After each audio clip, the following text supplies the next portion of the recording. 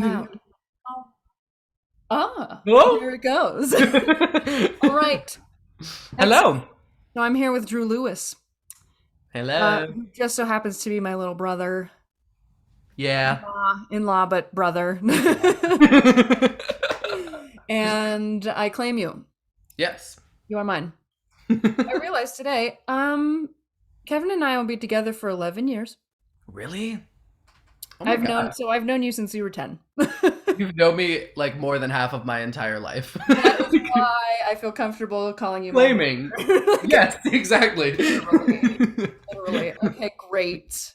So, rolling into it, you're a musical professional, Well, thank you. just like your brothers and me. Yes. It's a family business. It's a family business, so I'm gonna roll into it since you're gonna be graduating soon with your degree and Yeah. whatnot. So, what type of prerequisite skills did you need for your audition for college? Well, when I initially auditioned, I was auditioning for the vocal program, and I had to prepare like a standard, and I think it was like either Bridge Over Troubled Water or Fly Me to the Moon, and I did Bridge Over Troubled Water. But that was pretty much like the only prerequisite. I think I had to like submit like another performance video or something. But in terms of like academics, like it was pretty low. Like I don't even remember having to submit like ACT, SAT. They just needed like my GPA and like all of that, which is really nice because like I know in high school like I did well, but like I really spent a lot of my time focusing on music and choir and band, so like when it came to that, like that was really what they looked at, which is very beneficial. And then when I switched over to songwriting after my first quarter, they needed, I think, two or three original songs and just like a video of you playing them. But it was Right. pretty simple. I looked into it a little bit with LACM because that's why I wasn't sure because I knew you started with voice and then switched your major. Mhm. I was like, did they make you then submit all the stuff for, yeah, Yeah. I figured. So, Yeah.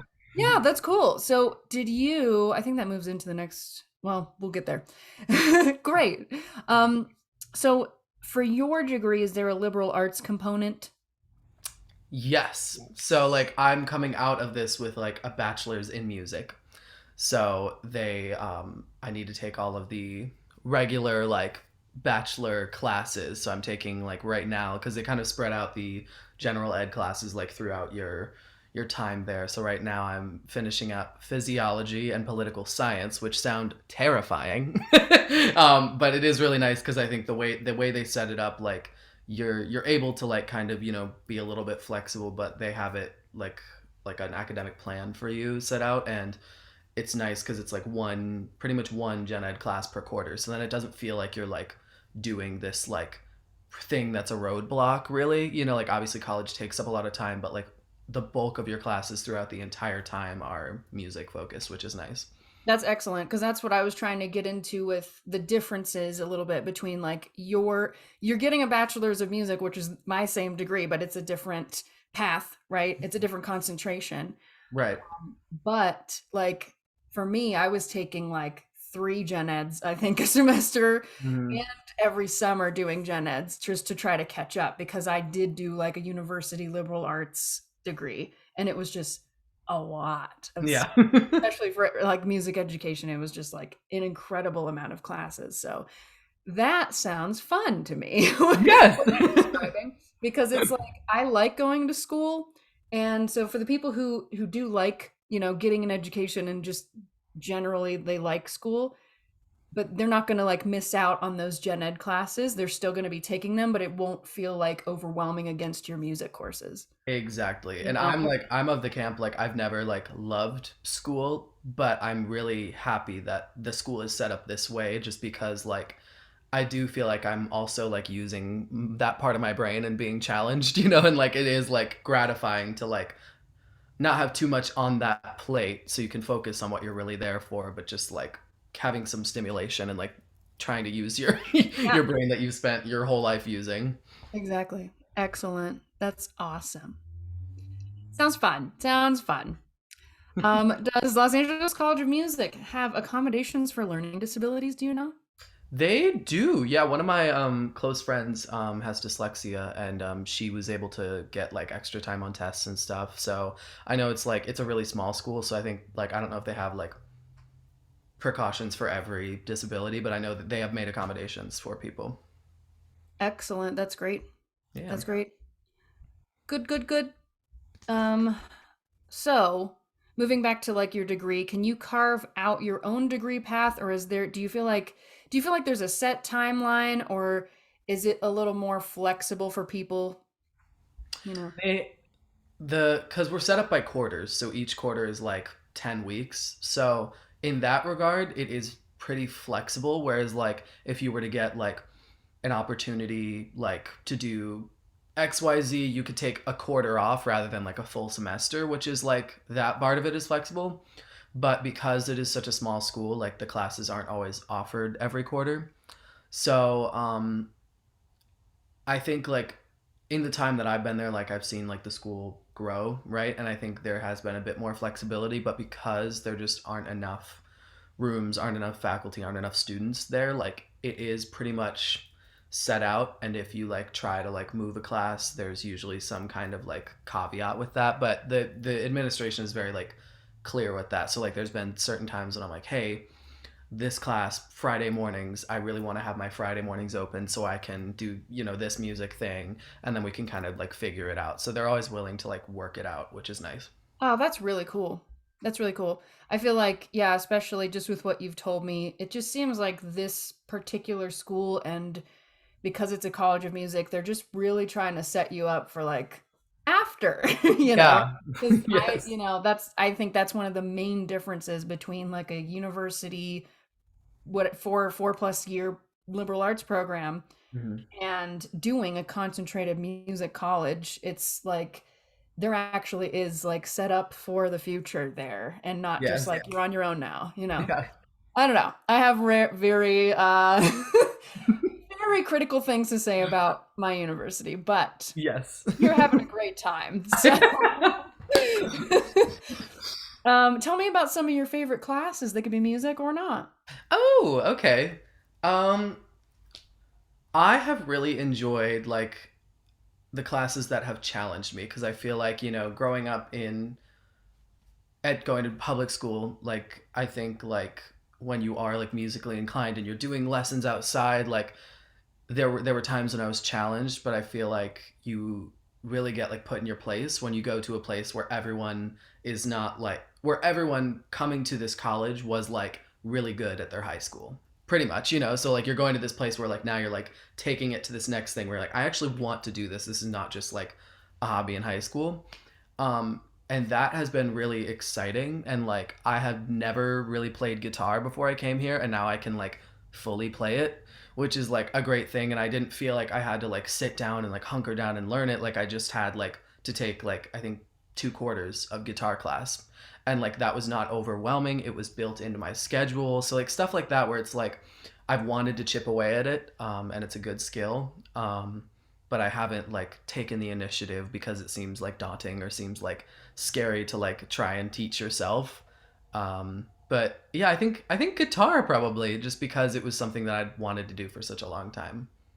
And also I like the showcase classes. So every quarter there's pretty much every single quarter in the songwriting program there's a showcase at the end of the quarter, and that's really nice. You get a lot of like live performance practice, and then at each of the showcases there's like industry professionals who will give you like critique, which is nice. So it's like you get that performance, but you also get them like critiquing not only the songwriting but the performance as well. So it's just kind of this culmination.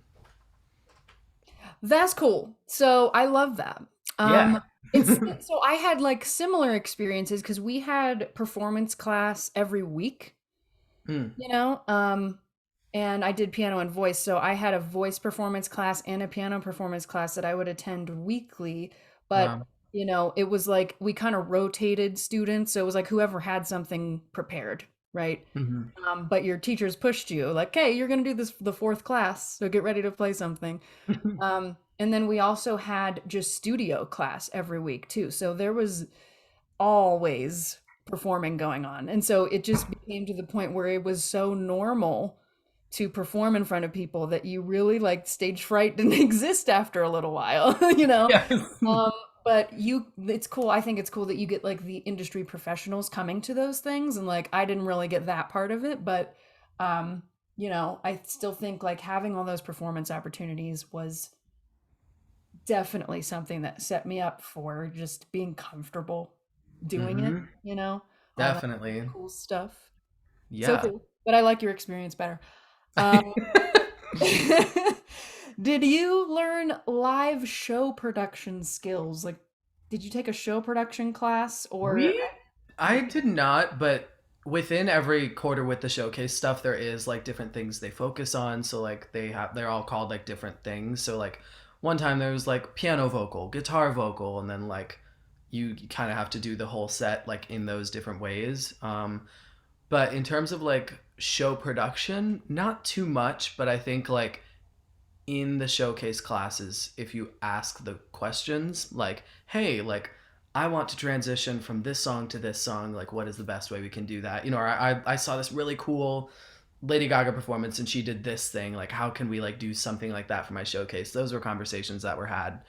So I think just like taking that initiative to make your performance, produced out in a way that you want, or different arrangements or whatever part of the live production that you want to enhance. I think you can ask those questions, but there's not a dedicated course for that. did you learn like lights and sound and video? Not lights and sound. We did have a video production class though. Okay. Hmm. That's what because I mean, you did a music video. Yeah. Yeah. And you like, you produced the whole thing, right? So I with that video, with the two videos, I had hired out someone to do the camera work because I just don't have the equipment and it's expensive. Because I was looking into it, like maybe I could get my own equipment and then hire a videographer. And then it just got to the point where it was like it made more sense to just hire out a videographer and he could also do the editing. And like I was like with him in that. But it was a great experience regardless. Just because like well back to the college, so in class we did have to make our own music video, and that was a really cool process too, because it was just like taking it into your own hands and being like, oh, like this isn't as scary as I thought it was. And I think taking that class like made me realize like, oh, like I know how to go about this now. So I felt more comfortable finding a videographer here and being like, hey, I want to do this thing, I have these ideas, because like I've, realized how like it's not as again, it's just it makes it less daunting, I think, because that was my thing, especially with music video. It's like when you do music and you see these high budget music videos, you're like, I want to do something. I don't want it to be like cringy, because like you can very easily make a cringy music video. So like I knew that I wanted to like do it right, but the video production class was a really great intro to that. Just learning how to get a little bit more comfortable and understanding each part of the process. Excellent. Excellent. Great. So in my degree, I didn't have any of that. I didn't even have actually like I was since I think it was like maybe my third year, they were requiring all undergrads to take a music tech course. But because I was already like in my third year, I didn't have to. So it was like all Gotcha. incoming people after that. Hmm. Music tech, and I think they did maybe some stuff with production or at least sound recording, but Hmm. that's something that I know my colleagues and I who got degrees with like classical focus complain about all the time, because just learning how to run basic sound equipment, we never learned it. you know Yeah. like basic recording just to do Hmm. your own demo tapes and your own portfolio kind of stuff, like we didn't really, that wasn't a required thing and it wasn't offered. So like And that's such a huge part of like it's a just huge, yeah, today basic especially. basic recording, even Yeah, just yeah. they call it 21st century skills. Yeah, I have like 19th century skills when I graduated. I was like, okay, like mic technique. Don't have it because I did What? classical. So Wow, we didn't use mics ever, that's crazy. right? So yeah, it's so different, but it's also just anyone who's going to be watching this is somebody who wants to do the modern part of music, Mhm. right? I don't have any classical people and I don't force it upon them. Yeah. Um, but I think I have a question, but I think I'm going to answer it with one of these questions. um, okay, video production we talked about. And then how'd you make your music video? We talked about that. You hired out a videographer. Mhm. And you had like backup dancers for the one and stuff Yeah, like so those are my friends. So I had that. the backup dancers, and then I went out and there's a website called like Peer Space, and you can look at different like um studios to rent out. So I like went out and like found some really cheap studios, especially because in LA there's just like a plethora of them. So like you can find some pretty cheap options that look really high budget. So all said and done, like the whole video like was probably like, it's a lot of money, but like 1,500. But for the product that came out, like it looks a lot more expensive than that. Um, so like I was just able to like kind of save up some money to really make sure that that was a good product. Right So on. Right on. Your friends that were in it, did you meet them in college? I did, yeah. So actually, in one of my showcase classes, I was talking about, I was just talking out loud. I'm like, man, I wish I had backup dancers. And then like two of my friends that were in that class were like, I did dance growing up, and I was like, let's just like mess around and try it. And then we ended up really liking that like format. And then when it came time to do the video, it was like, hey, do you guys want to like dance in this thing? Like that'll be cool. That's rad. Yeah, that's another thing I've noticed like about just like being in an environment with people who are not only musical but just like talented. Like you can find like I found backup dancers at my music school. You know, like that's like so random, but just like you find people with these like one-off skills just because they like happen to know how to do it, which is very helpful because then they can help you out and you can help them out, etc. We might call it multidimensional skill sets now, I because you love have that. to be, and then they talk about like being a triple threat or being a quadruple threat now. I Hmm. think it's music, playing an instrument, Hmm. dance, and then I forget what the other one is. But there's four now that you All have to, right. oh, and probably the tech aspect of it. Mhm. But yeah, you have to be able to do all of it: sing, dance, play an instrument, and record it. Yeah. So, and you meet all these people there, and you're just surrounded by creatives all the time. Mhm. So it's just like finding somebody who's either like-minded or just can collaborate well with you is not hard to do. Yeah, It's right 100%. there, Yeah, sitting next to you in theory class. literally. Yeah. Literally. Ah, so let's see here. Does LACM train you as a musician? I already know the answer, and require you to also play instruments slash take voice lessons? Yes. So LACM, we have both a in music theory. There's a big piano component of that, and there's piano tests throughout that class. And then we had two guitar classes throughout 2 quarters, and then we had a piano vocal showcase where you had to do I think like a 4 song set all on piano, just you and the piano, and then the guitar vocal showcase, which is the same thing but with guitar. So there's a lot of just getting you acquainted on both of them, which was like, I know for a lot of people who started on guitar, the piano vocal was like a really scary thing. And I had the opposite problem where I was like, piano vocal, I was like, this is easy. I know how to do that because I took piano lessons. But then I got to guitar and I was like, I can't do a whole set on guitar. And then I did. Yeah, that's really nice. And then vocal lessons. So they only require those in the vocal program. So my first quarter, I had a vocal lesson once a week, and then through for the rest of the quarters, I've had songwriting lessons. But I've also, in my songwriting lessons, taken the liberty of being like, hey, can we also do like a vocal component in this? Because like I just want to make sure I'm sounding good, or before I record vocals for this, before I have a live set of this, like what is the best way for me to sing this? And I think like that's been nice. And I think if you want to take additional vocal lessons, it's like it's not too much of like an additional upcharge. It's something like $100, like a quarter or something. So it's like if you wanted to make that time to put that in your schedule, you very much could. Yes. Are they cool with you taking lessons, like voice lessons off campus? Yeah, Yeah. I know a lot of people that do that. That's good. That's great Mhm. because some universities do not allow that. Which The is kind of conservatories, bizarre. definitely the conservatories do not allow it, but um usually the universities are like weird about it. You Mhm. can take them off, but it's in addition to the ones that you're going to be paying for in college anyway. Yeah. But then you have to come out of pocket again for that Again. cost. So there's that. But I just, thought that was interesting. Because some programs that do music production don't necessarily also train you as a musician. Mhm. So they don't require you to take voice or piano or guitar. It's just mainly focused on the audio engineering aspect of it.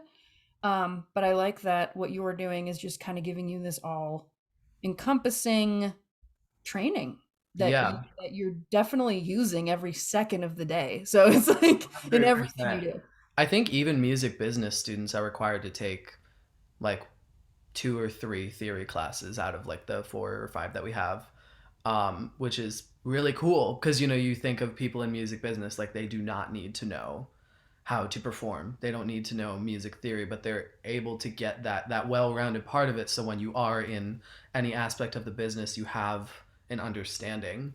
Same with in the songwriting program, we're taking a lot of business classes, especially towards the end, which is really nice because then you can actually be like, okay, like while I'm grinding at the songwriting thing, like what are ways I can make money doing music? And that's a real conversation to have, which is really exciting. Absolutely, and we will get to that. Yes, we will. Let's see. Were you intimidated by your program or your peers at all? I okay, so I came in when I came into the vocal program, that program especially, like it was pretty intimidating where it was like, we're all fresh out of high school, we're all trying, we moved to the big city, whatever, trying to prove it, whatever. So I think it was every week we had to learn like a new song, and each quarter was like a different genre. And I think the first quarter was like blues. And it was like you go in on the first day, and the teacher's like, it was like Monday morning, 9 a.m. She's like, I want everyone to go up and sing a song. And we're all like, what? And like we're all terrified, right? But like it was just kind of like thrusting you into that, like, you're doing this, you are here, let's do the thing, you're gonna make it happen. And I think once I was disarmed a little bit, where I realized like, oh, we're all terrified, I was less intimidated. And I think like the culture at LACM is especially like with all of the students, it's very much like we're gonna help each other out. There's not a whole lot of competitive nature, and I noticed that especially like in the songwriting program, but also just as like we got acclimated at the school. I think um, that there's not a whole, like, I haven't really seen any like trying to do better than so and so, which just eases my anxiety every day because I can go in and be like, we're all just here to learn. We're here to be the best that we can be, and that's my experience at least. Yes. Do you feel like is that an attitude that's fostered more just by the students there, or is it also fostered by the faculty? I think both. I think like when we're in a class, it's very much like when someone finishes a song, we clap. Like stuff like that, where it's just little things where it's like we could not do those things and everything would be fine, but it's just like that support, and that we gas each other up and try to like make everyone feel better, especially when it comes to like performance, in the class, because when you're performing for like five people, it can be like really awkward. And I've heard like a lot of people say, including myself, like I'd rather perform for like 500 people than five people, because like it's so intimate and you can see all their faces, and then you're gonna hear what they have to say about it after. So I think like learning that skill is great too, because you have to do that a lot, in any walk of music business. If you want to showcase your songs to A&Rs, there's not going to be 500 of them sitting in a room. There's going to be like four. So like learning that skill is really good. But yes, I mean, long story long, I think both the school and the students are all making like an active effort to make it like a healthy environment. That's great. I feel like I had a similar experience where it was just like you're expected to show that respect towards your peers. So like yeah, you would clap like it's automatic, right? Yeah. When somebody performs, you clap for them. They're saying you that's how you say thanks for performing, and then you bow as the performer or whatever, you'd say Hmm. your thank yous a different way. And it's just like that's expected. And that I think that's really good um, in both realms of contemporary and classical. Let's see. What type of connections and networking did you acquire over the years? I know this might be a long one, but I'll try to be concise. Um, I so many. I mean, I think like back to 3.5 years ago when I was, in Cleveland, Ohio, and just like coming out of high school, being like, I'm gonna do this music thing. I'm moving to LA, and like it was very exciting, and like I didn't know what I was doing. And I think now, like every quarter that goes along, like I have met different industry people from the panelists at the showcase. From they have like master classes, and like in a lot of the quarters it's built into the curriculum where like every week you're meeting a new industry professional of whatever capacity, some like from bigger companies like Disney or like Sony, and some from like smaller publishing companies or smaller labels, and all of them are really helpful because it's like you're getting a bigger picture of the industry, but also just like realizing how small it is.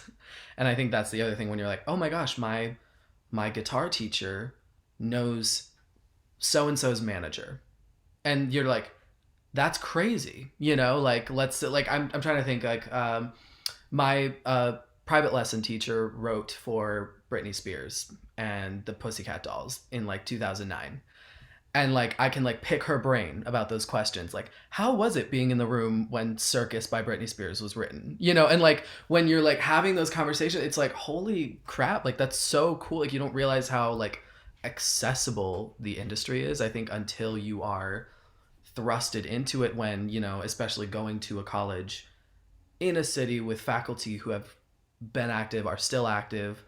um, you realize how it doesn't it's not an easy path to have a career in like performance, like as an artist, as a songwriter. Those are they're very a lot of competition here, right? That being said, it eases my anxiety knowing that like okay, like I know however many people here who know however many people here who know however many, it's like it makes it all seem less scary. And I would not have had that had I just been like, I'm gonna move out to LA and try the music thing, um, because I wouldn't have known where to start.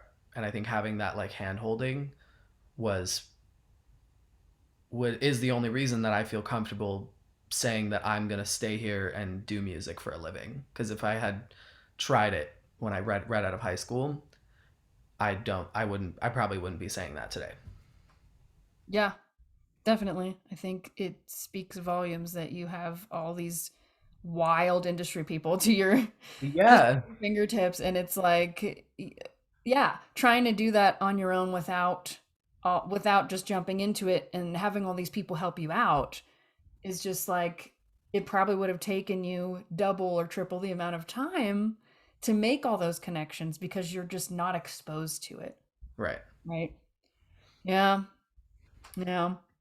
How has your outlook on your future as a professional singer, songwriter, and producer changed since year one, Andrew? Well, I've talked a lot about that. I mean, I just like when going into it, I was like, I want to do this. And it was, like I had my parents' support, I had everyone around me being like, yes, like you can do this.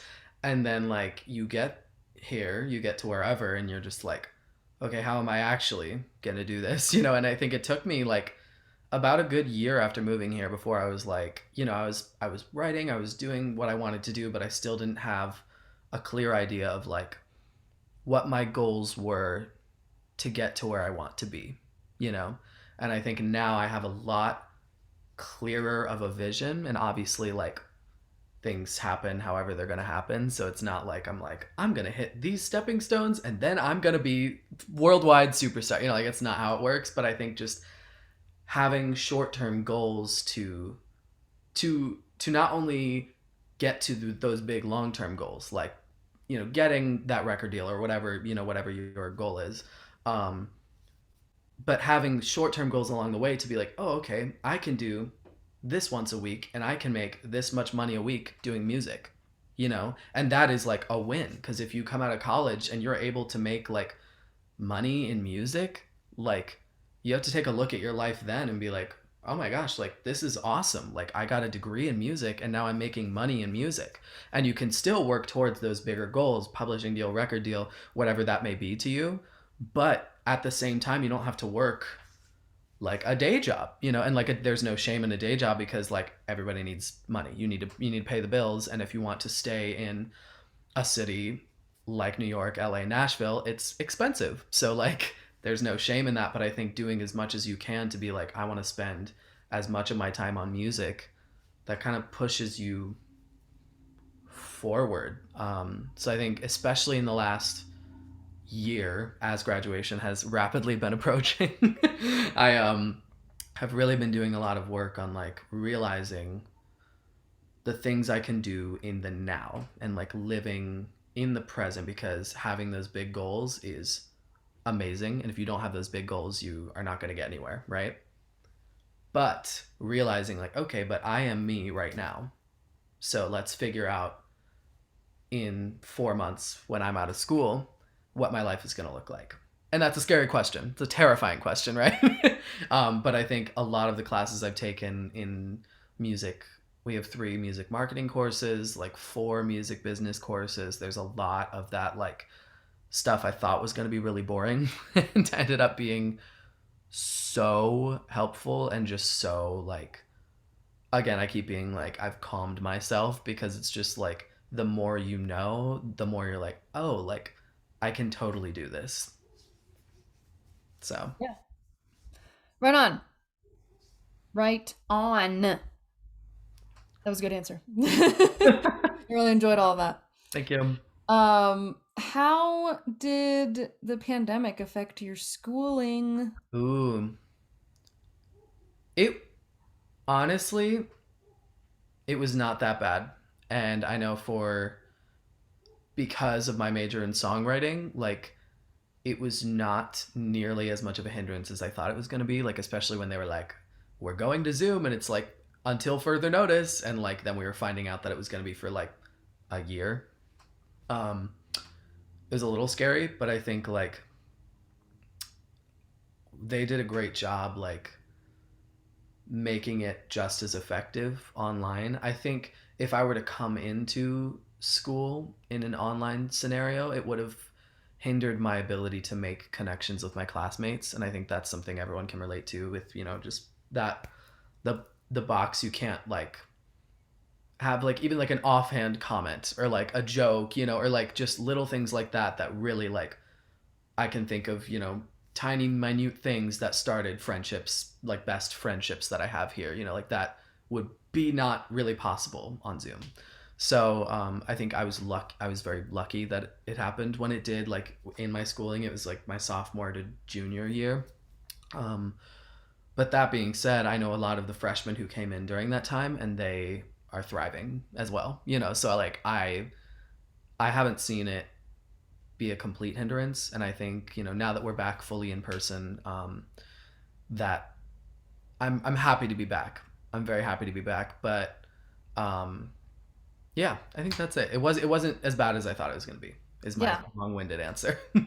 that's cool. I'm glad it definitely, I mean, it impacts the social aspect of it quite a bit, but like academically and like you still felt like you were getting everything out of your courses that you were Yeah, I think so. supposed to Because I get. think my big concern, especially, was with like the guest speakers, because like when they come in, you want to like, make that good impression so you can get their email and send, like whatever, make that connection, which is a lot of what you're paying for when you go to a music school, especially in like a bigger city.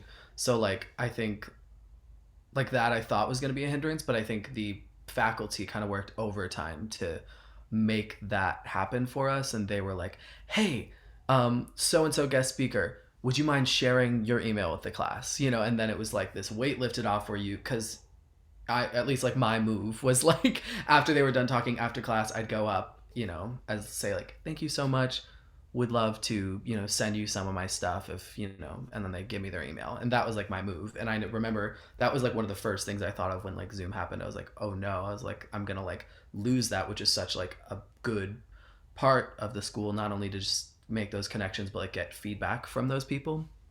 So, but anyway, it's gotten better, and now that we're back in person, hopefully, hopefully, forever, hopefully, that it's good now. Great. Excellent. Yeah. Let's see. I had another pandemic question. How did it affect your jobs in and outside of music? Can I be honest? In a great way. I think when I had so much time on my hands, because I think like we had shut down March 14th, whatever that was. We had like, it was the week before our finals week for us because our quarters are weird. So we had like, I think 2 weeks off, and then we had our finals week, and then we had spring break. And then it was like, I think we started the next quarter like a few weeks later. So anyway, we ended up having like 3 to 4 weeks off, and I had not had any time off in a minute because the way the program works is like you start fall of your freshman year, you do fall, winter, spring, you do that summer, and then you also do fall, winter, spring, and then you have a summer break. And I think we were in, it was called winter. So it was fall, winter, spring, summer. Fall, winter is when COVID happened. So I was counting on my summer break to be my first like break, since before college. And in that time I was really like able to be like, okay, like what can I do? Because like once like a week went by and I had nothing to do, I was like, okay, like I can only play so many video games. Like I want to like do something. And it really like forced me to kind of like get my butt in gear and like look online and like hunt for jobs and like one-offs, like work for hires. Like I did like voiceover work, and I found um one of my artists that I produce for, who is a drag queen, and he is amazing. And he was on this website called Upwork, and I had happened to like submit some of my stuff, and he's like, I love your stuff, and we're still working together to this day. So like stuff like that, where it was like, I think it put things into perspective, like a little more hustle. So I guess that's just like a word to everyone, just like take that initiative. And if like you find yourself with some extra time on your hands, like look for things to fill that, even if it's like a little bit off of the path. Like I've never wanted to be a voiceover artist like ever, but it's just like I can talk like this, like whatever. So like, and I had a microphone just because I've had my like like home studio set up here. So it was just like taking advantage of those situations and realizing like my abilities and what I can offer that can not only like make me money, but also like garner some good connections and lead to other things. Right. I know we had quite a few students just record albums in their bedroom during. Yeah. Yeah, and it was Mm-hmm. awesome. And it was awesome. Yeah. They were like putting out music, and they're just figuring it out. And I was just like, you guys are crazy and awesome, and I love that. So many of them did that and made just projects during the time that they wouldn't have normally had. Yeah. I think that goes to show that like we spend so much time on like test prep and academic and core, classes Yeah. in high school, and some of these kids are like about to graduate or already have, and they are just like, I literally had no time to Yeah. focus on making music, doing And anything I want to do with music. yeah. And I'm like, I get it. Yeah. I get it. Like When I it's tell not. you, like, because I've had like my like calendar in my iPhone forever because I'm just like a nerd. And so like I'll look back like in like when I was in high school, like 2016, and I'll look at like the days that I was doing, and I'm like, oh my God, like high school was horrible. And no one talks about how like we grind high schoolers to the bone. And like you get to college and like you have like two classes in one day, and you're like, wow, that's a long day. It's like, because it's just like that's how like adults run. They have like 9 to 5, and then that's like, effectively you have your 8 hour workday for most everybody, and then you don't have any other obligations. But when you're in high school, it's like you have your 8 to 3, whatever. You have your extracurriculars, you have your hobbies, you have, if you're in sports, if you have this, and it's like all of that piles up, and then you're also expected to like figure out what you want to do with your life, and also like do some things with that before you graduate. It's like What? Are you kidding me? I know. So kudos to anyone in high school because that is hard. So you're not crazy. You're not um, doing less than you should. You're probably doing way more than any other human on the planet right now. so, so kudos. Not to But mention how many of them actually have like jobs during the week. yes, I jobs. That's oh, I don't get how you guys are doing it. I don't get it. I really don't. I don't. It's so confusing. literally. I'm like, you go and you work at like wherever, Mhm, Wendy's or whatever you're working at, like on mhm. on like any weekday. It just blows my Yeah. mind. Like, Mhm. when do you do your homework? Literally. I don't get it. Literally. Literally. I Yeah. don't understand it. It really like I would not want to be a teenager right now. And I'm glad So with that with that being said, like I think like the pandemic had put a lot of things into perspective for a lot of people. But also just like when you realize how much energy you can be putting towards something to further a long-term goal, like making an album in your bedroom, is not like an immediate. You're not going to probably make money off of that initially, but that is an investment into your artist career. That is an investment into your talent and everything. So I think like I've also taken a step back in like when I'm really busy, like now that we're in like post COVID era, things are somewhat back to normal. Um, to take like a week and be like, in that week, I'm gonna do whatever I need to do during the day, but in those evenings, I'm blocking off time to work on my artist stuff. And that's something that recently I put into account and that I think wouldn't have happened pre-COVID because that would have been such a foreign concept to me to be like, well, I want to dedicate time to this thing because it doesn't feel super um like productive or yeah, like it doesn't feel productive when you're just like, oh, like I want to sit here and write songs for a week. But you come out of that with however many good songs and then, it is what it is, but I think it put a lot of things into perspective. yeah, for sure, man. Mhm. Did you get scholarships for college? Yes, just a little one. So I think LACM charges like around 8 grand a quarter. So that's like for 3 quarters a year, like 24. Um, and I got just a tiny, like, I think a grand off every quarter for just like academic, like I had to do like an essay or something. And that's how I got that. Um, but nothing crazy. I know some people get like different scholarships based on where they're at and different I don't know. I've heard a little bit, and I think like one of my friends works in financial aid and like academics, so maybe I could like pick her brain and get back to you on that. But there's probably more info that I'm missing.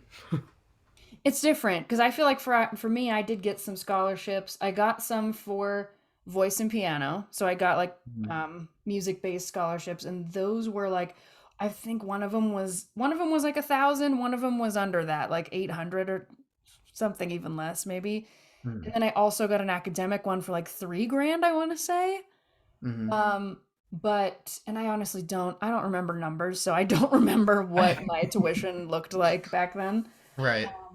But there's definitely ways. There's all kinds of ways and things, and I think the kids now are probably more knowledgeable about it because we push college so much on them that I feel Mhm. like their advisors and stuff probably already gave them tons of information on all the different scholarships you can apply for and stuff like that. So Yeah.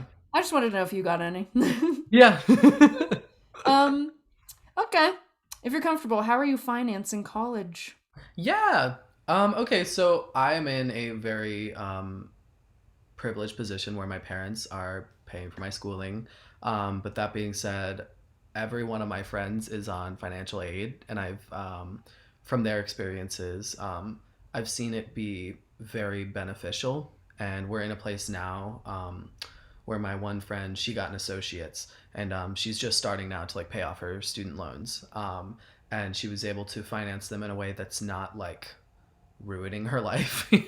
So like I think like seeing that seeing that experience like should make anyone in that position feel more comfortable just because it is possible, like like they make it very they make it accessible, and I think that's the important thing. And I think, if you aren't in a position where someone is helping you out, like, it can seem really scary to put that much money or get into that much debt, because it is scary. It's very, very scary. So I think, like, realizing though that there are people to help you, like, there is a lot of moving pieces to make it not only feasible but comfortable, while you're in school and while after school.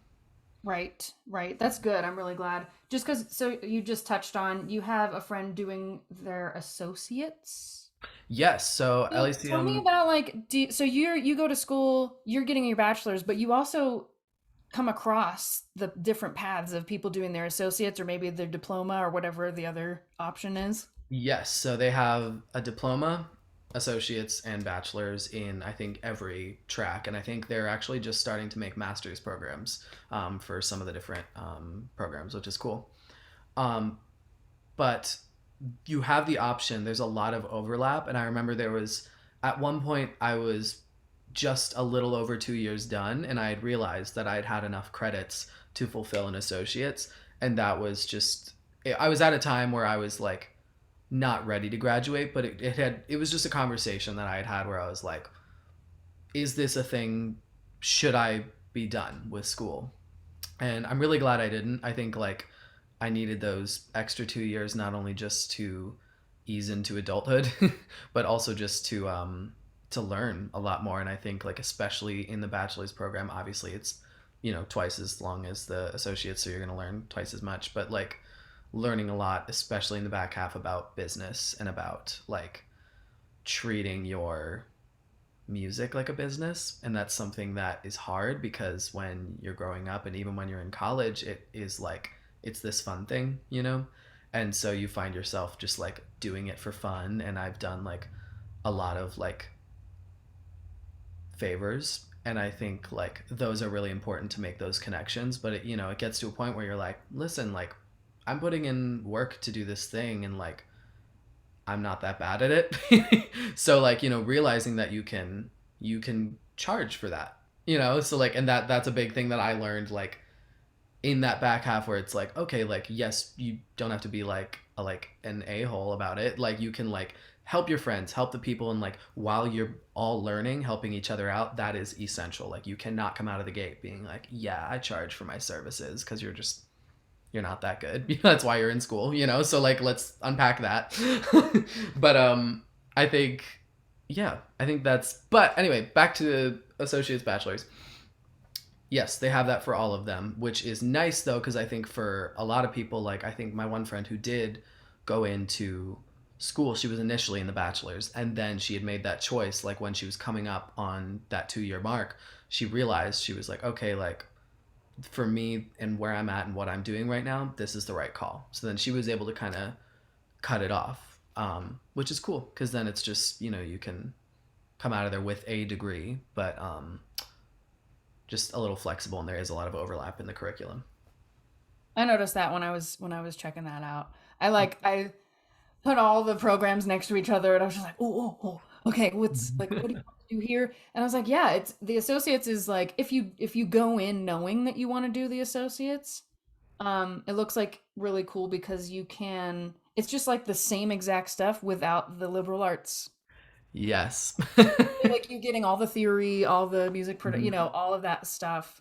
But I like that. And the people who just absolutely are not school people, but they still want the training, good Yeah. option, great A option. great option. Yeah. Yeah, absolutely. Okay. Do you feel like LACM has prepared you to enter the workforce post grad? Yes, I think in the bachelor's program, and I think I've talked about that a million times. Um, yes, especially in that back half, like the music marketing, the music business classes, really, yeah, focus on. There's a lot of assignments where it's just like detail how you're going to make money post grad. And it feels more like a business class. And it's like, how are you going to pay for groceries and rent and your car payment and car insurance and, like, all of those things. And it's like, it seems horrible and boring, but then you're like, oh, okay. Like, again, it just all makes it seem less scary when you can put it out on paper and be like, okay, like, this is how much I need to make. I want to make this much so I can go out on Fridays and have dinner, you know, like, and all the things we want to do. But like base level, like I could make this much money and be alive and have a house, you know, like a room to live in, you know, like that is so nice, especially when like growing up, like you don't have to worry about any of that. And then when you're in college, like when you, whether you're paying your for school or someone's paying for your school, if you're in dorms, it's still very much that like hand holdy. You're not getting a bill every month, you know.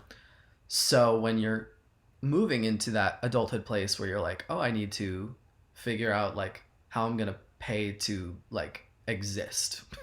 That's a big scary question. That's terrifying. So I think a lot of the classes have really not only eased the tension of just like adulthood in general, but making money in music and giving so many alternatives in terms of like not just getting like a 9 to 5 at some music place, but doing like, oh, you could do production this many days a week and get, you know, paid through licensing fees and whatnot, you know. So it's just like learning every facet of the industry and then figuring out what you can provide, what you can work on to make, you know, your income streams come from what you find joy in. Absolutely. Yeah. Yeah, I think that's great. Being in, I since I did education, I got everything on the education side of it, Mm, but I didn't get anything on the personal marketing business side of it. Never had to take a economics course or anything. really, That wasn't economics wasn't even required as like a gen ed. really. Mm-mm. I did, and I it might have been also because of I have me testing into math because I'm bad at it. So I think because I was put into like an easy statistics class and not like a in more advanced class. Maybe they thought I couldn't handle it. I don't know. Right? But that's definitely the difference, man. I getting that technical business aspect of it is so essential. So Hmm. for me, it's like I've had to luckily, you know, Kevin is like a number maniac, so like he's great at all financing stuff. But like for me, it's like I don't know. I had to Yeah, learn it all as just as I was living. So 100%. And that's scary, yeah, especially because like in pretty much any form of music, unless you are working salary, like you're an A&R at a label, right? I don't know what that means. What's that mean? A&R is someone who seeks out talent. So if you are at a record label, you Oh, are trying to find artists. And if you're at like a publishing house, who like a record label represents artists, a publishing house represents songwriters and producers. So if you're at a publishing house and you're an A&R there, you're looking for different songwriters and producers to sign with your company. So if you're like an executive and you make salary, then great. You don't need to know every how to, you know, file your taxes like a certain way, like it's pretty self-explanatory. But for like the gig economy, like if you want to be a songwriter, a teacher, you know, whatever, like where you kind of are your own boss, and that's really appealing to a lot of music people because we're all like, we want to do what we want to do, you know, like it's fun to like have your own schedule in a lot of ways. But with that, if you don't go through the proper channels, you will not only get like confused, but the government will make you pay a lot in taxes. And that's terrifying too. So I'm like trying, and I think that has made a lot of things clear to me as well, where it's just like, I don't want to, you know, 10 years down the line where I'm, you know, handling my business how I think I should be handling it. And then all of a sudden the IRS is like, hey, you owe thousands of dollars in tax and I don't have that money to provide them. That's terrible. it's But terrifying. Yes. with those business classes, you learn those things, you know, so you don't have to be in that position. Good. I think it should be automatically required for any. Oh, like Yes. why? Why did you make me take like all these social science and like earth science classes when I should have been taking like learning how to file my taxes and how to Mm. like take care of myself, Literally. Yeah. essentially. Like I didn't need to know what a metamorphic rock was. I needed to know what a 1099 form was. Literally. Like Literally. Oh. It's Yeah. so, but that's the difference between, you know, what you're doing and what I was doing. And like, I use every bit of my music ed degree every single day Yeah. as a teacher. Hmm. But I also just wish I would have had a little more of a contemporary, modernized experience with how to take care of yourself and market yourself as a musician, even as an educator, just because of those exact things you were saying. So 100%. here you go. Um, oh, do you see yourself getting a master's in music? At this point, no, just because what I want to do, like I'm already getting like work in songwriting and production, and I foresee myself at least in the next however many years just really working. Um 10 years down the line, maybe. I just at this point based on what I want to do, that does not seem necessary. Absolutely. But I know a lot of people going into music business, they might want to go into music law, or even just like needing more time to figure out what they want to do, you know? And like that extra year and a half, 2 years, like is just really helpful to be like, okay, like I'm just going to keep, learning and doing the thing because it is really beneficial. And then you have a master's, and a master's can open a lot of doors for you at any place ever. So it's never a I bad idea. Kevin has a master's and I don't, and I definitely see differences in like the way he can market himself now and Hmm. the way I can. So Hmm. different, Different. different. Um, do you have a student advisor? They helped you? Yes. Have they helped me, you said? Yes. The school is very tiny. I will say the administration at LACM is not incredible, but from what I've heard, that tends to be every college. Yeah. So I thought it was like oh man, our school is so small, our administration can't handle the things, but apparently that's even Ohio State, from what I've heard. So like, I I'm not gonna sit here and be like they suck, but like it's a lot of like red tape, and like my personal advisor has helped me, and I've been able to like go through my schedule and make sure that I'm still on track. Like if I've put off a class or two, um, that's been an open line of communication, and that's great. I think just when it comes to like the paperwork and that side of things, because the staff, like not the faculty but like the administration, is so small, a lot of things tend to be delayed, or just missing some details and whatnot. So I'm like, it's not that dramatic. It's very much like little things, but yeah, that's my only like major gripe I think with my Yeah. school. Cool. That's cool. I know. I loved my advisors. They Mhm. really, yeah, they really helped just keep you on track. That was Mhm. something I really needed. Yeah, Taking it's like hard. 2 credits a semester and Yeah. going. Um, yes. Oh, I have. Tell me this.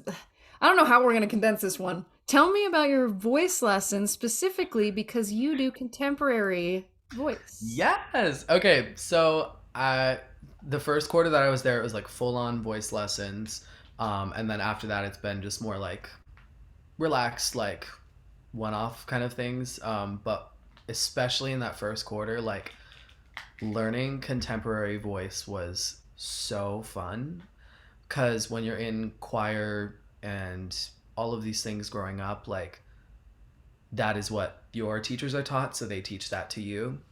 And coming out of that and like learning that it's okay to do things that might not be correct, was really cool, and I think that helped me find my voice as an artist, because like when you realize that like Ariana Grande, or like name another pop artist who's not like very Sam Smith. classical, Sam Smith. Sam Smith, like all of these people, like yes, they have good, Lady Gaga, all have good classical training, but they are doing things that are not correct all the time. And I think learning that in moderation, doing those things is okay. Like vocal fry, like having like a more like whispery tone, like these things are cool. And I think that was that was a big wake up call for me, where it was like I had learned how to sing in choir and sing these notes and sing them this way because that's how they're written. But adding emotion into a song too is something that is huge. And like when you listen to the difference between like someone who wants to be an artist and someone who is an artist, I think is just like having that emotion and that voice, you know. And they're not trying to be something they aren't, but they have character to their voice. And I think in Yeah. choir and a lot of classical training, it's very much like sing like this thing because that You is the got way. that right. Hit the nail on the head there. Yeah. I could go, I know, I could talk about that for 1,000 years, but like being classically trained did not at all prepare me for my job. So, Yeah. even as Hmm. a classroom music teacher, you're Hmm. not working on Puccini arias in your fifth grade general music class. You're Yeah. working on contemporary pop and like folk tunes and stuff like that. Hmm. And it's just, I think it's a huge disservice when our universities just, first of all, they just deny the like existence of pop, of Yeah. like contemporary singing, and say that it's bad. Hmm. When you're over here like, okay, but why are people making millions doing it? You're gonna sit here and tell me Whitney Houston's bad? Like, Yeah. Are you no. kidding? But so is it you're getting a bachelor's of music? Is commercial music part of that? Is It's a bachelor's of music composition. composition? Yes. Um it are your I want to know just so I can guide people in the right way, because I know Mhm. certain colleges and programs like they might, maybe it's vocal performance but it's in commercial music, and I think like in when Kevin did his masters there were people getting like jazz piano in commercial music. So Mm. that was like contemporary. Everything they're learning is preparing them for like right now. They could sit down and record something and it'll sound like it fits Yeah. into today's music, right? I think because our school just is that way, they don't have a different specification. Like they have different, like I think they have brass and woodwind like programs, but like even then, like I don't think they're called commercial. I think just every class, the faculty are very frank, and Yeah, they're just it like, just is. It's just it contemporary. just is. It's like, listen, like when you exit school and you get a job doing this today, this is what you'll need to do. This is what it will look like. Exactly. Mhm. Instead of being stuck in the 17th century Italian opera. Yeah. It's so annoying. I had to undo so much stuff. But it's okay. I'm better for it. There you go. And then I always joke like my classical singing is just like a party trick now. Like Yeah. I can just be like, "Yeah, There you go. great. I can do that." That I think that's worth the degree alone. The party I trick, right? I don't, but I like never use it. I never get paid to sing classically ever. Unless Hmm. it's like a special event and the person actually knows me and they want the Ave Maria at their wedding. Boom. There you go. Is it rarely? It's very rare. Let's see. Oh, and we've already talked about like business marketing, all of that. I'm really glad that you have all of that Yeah. um, that information, that knowledge. Do you believe there is an age or timeline for completing your degree, or can you kind of carve your own path? No, I think I've had classes with like 30 somethings. I've had classes with people who've graduated high school early, like 16. I think there's no age proper. I think, um, especially depending on what you're going into, being realistic about what you can achieve. And I think if you want to be an artist, the younger the better, and that sucks, but it's true. But when you're talking about songwriting, production, which is still in creative, there's not really an age limit on that. Nice. Um, Timeline for like completing the degree in that sense, like I've talked a little bit about it, like they are accommodating, but I think to a point, just because the school can only offer so many classes per quarter. Um, and I don't really know because I pretty much completed my degree like as written in the 3.5 years that it was meant to be completed in. But I do know that you can take a few classes per quarter, and be like part time. I don't know the cost difference on that. I assume it would be just as much, just over a longer period. But I'm not sure. Very good, very good. Yes, because I know some people we just can't complete everything all at once, Yeah. Let's see. Tell me about JL and how did you meet her and like how did that work with the songwriting partner stuff? Yeah. So JL is my main songwriting partner, and we met quarter 1. We were both in the vocal program, and it was, I think, after week 1 we were talking, and we had both wanted to switch to songwriting. So we bonded just initially over that, where we were like, because I know when I was applying to the school, I was in between vocal and songwriting, or both the vocal and the songwriting program, just kind of figuring out which one I wanted to apply for, and then I just kind of like on a whim was like, I guess vocal, and then like I got there and I was like, no, songwriting. So that initially we had bonded over, and then I think it was the it was the second quarter we were in college, so probably like January, February, um, after the holidays. We had started to work together outside of class, where we were like, hey, let's have a session, and we had like never really like done that before. We'd like written songs by ourselves, but never done a whole lot of like co-writing, and all of every song ever is co-written except like the random one-off where someone had written it by themselves, and then it's like this magical thing that they did it all by themselves. And usually there are ghostwriters on those. But jumping into co-writing, and there are classes for co-writing as well, so like if you don't feel comfortable taking that initiative, like the school does kind of handhold you through that, which is nice. But that changed the game, at least for me and JL, like just learning how to write with anybody, but then also just getting really comfortable writing with each other, and getting into a rhythm, and just like, because that's like how it works. You see a lot of, especially in pop music, talking specifically, you see a lot of writing duos coming up where it's like Julia Michaels and Justin Tranter. They're like kind of like one of the newer ones. Julia Michaels wrote they both wrote a lot of the Selena Gomez stuff. They've done stuff for Demi, Miley, you name it. They've probably done a song with whoever.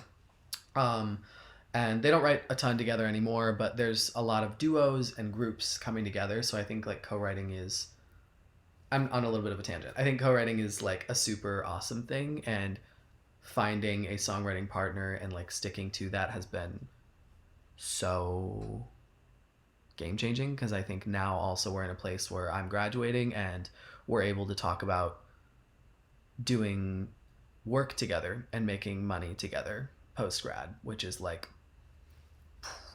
crazy, because you think you go into school and you want to do this thing, but like doing it alone is scary.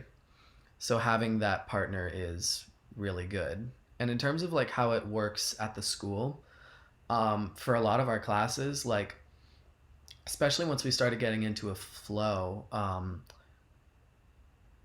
in classes where we would each individually have to write a song, sometimes we'd come in and we'd be like, hey, is it okay that JL and I wrote a song together this week and we both get credit for that? And the faculty's like, of course. So like that was really nice, because they were very much pro co-writing, even if the assignment was write a song for every individual. Like it was very encouraged, and that I was happy to hear that, because I remember the first time we did that, we were like, oh, I wonder if we'll get like docked points, because we didn't each bring in a song, but that was not the case, which is really nice.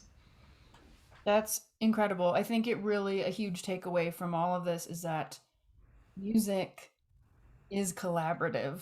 So Period. collaborative. Like So collaborative. period. Right? Period. Like we all it is very rare to just make it on your own by yourself as a singular human being. 100%.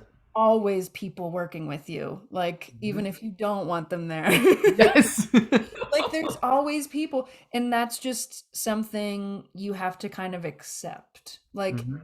yeah, sure, you can make it as a recording artist or whatever. That could be a big goal for you, but at the same time, you're making connections with the guy who played guitar or piano or bass with you on that album. You're like it's there's always a million people involved, right? 100%. And I think like, yeah, when you see recording artists like, especially like the solo, like Charlie Puth, Ariana Grande, like you see their name, but there are so many people on their team, like the people at the record label, the people at their management, the people, who, not only like their assistants and whatnot, but they're the people creating the songs with them, so they have like usually like, especially like I think Ariana now, like based on her last however many albums, has had like a camp, and it's her and like 8 other people, and they have made the last 3 albums she's put out.